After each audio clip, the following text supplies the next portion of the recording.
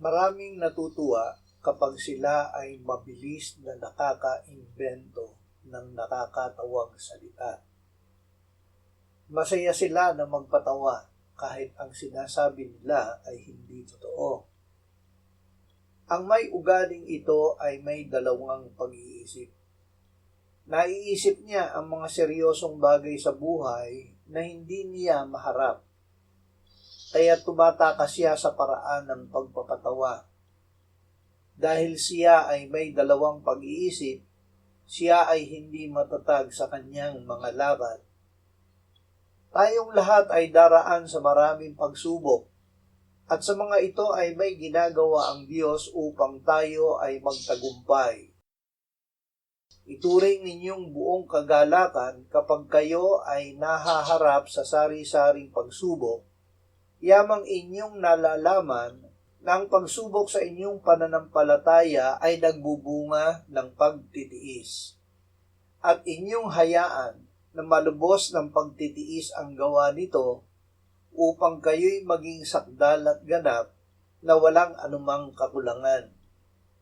Hindi madadaan sa pagpapatawa ang pagharap sa pagsubok. Ang paraan ay pananampalataya sa Diyos. Ito ay seryosong bagay. Alam ng Diyos na tayo ay walang kapangyarihang magtagumpay laban sa pagsubok. Kaya't ibinibigay niya sa atin ang kapangyarihan mula sa kanyang salita na lumilikha ng pananampalataya at nagbibigay sa atin ng karunungan na matiyagang hintayin na matapos ng Diyos ang kanyang ginagawa sa atin. Hindi madadaan sa pagpapatawa ang paghingi at pagtanggap ng karunungan mula sa Diyos. Kung ang sino man sa inyo ay nagkukulang ng karunungan, humingi siya sa Diyos na nagbibigay ng sagana sa lahat at hindi nanunumbat, at iyon ay ibibigay sa kanya. Ngunit humingi siyang may pananampalataya na walang pag-aalinlangan, sapagkat ang nag-aalinlangan ay katulad ng alon sa dagat na hinihipad at ipinapadpad ng hangin. Sapagkat ang taong iyon ay hindi dapat mag-akala na siya'y tatanggap ng anumang bagay mula sa Panginoon. Siya ay isang taong nagdadalawang isip, di matatag sa lahat ng kanyang mga lakad.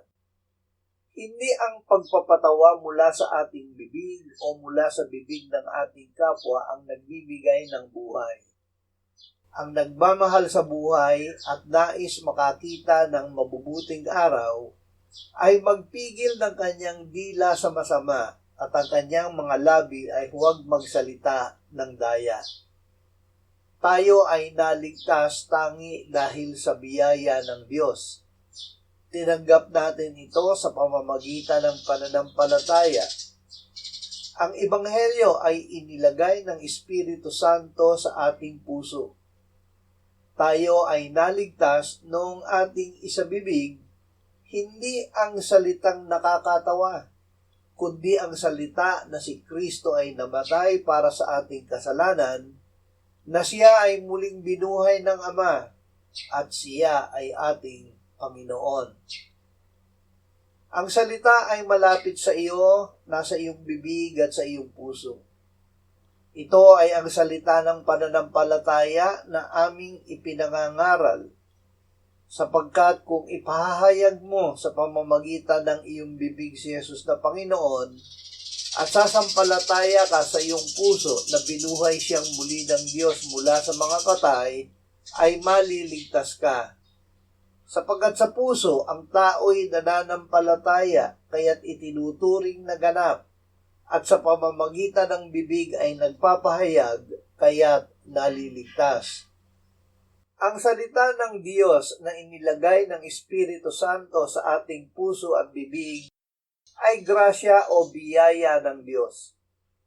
Nasa Panginoong Hesus ang kapuspusan ng grasya ng Diyos. Naging tao ang salita at tumahang kasama namin, at nakita namin ang kanyang kaluwalhatian gaya ng sa tanging anak ng Ama, puspos ng biyaya at katotohanan. at mula sa kanyang kapuspusan ay tumanggap tayong lahat, biyaya na sinundan pa ng ibang biyaya. Sapagkat ibinigay sa pamamagitan ni Moises ang kautusan, ang biyaya at ang katotohanan ay dumating sa pamamagitan ni Hesukristo.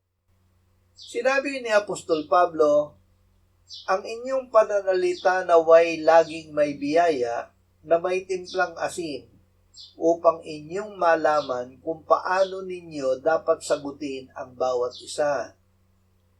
Anumang masamang salita ay hindi dapat lumabas sa inyong bibig, kundi ang mabuti lamang para sa ikatitibay, ayon sa pangangailangan, upang ito ay makapagbigay ng biyaya sa mga nakikinig.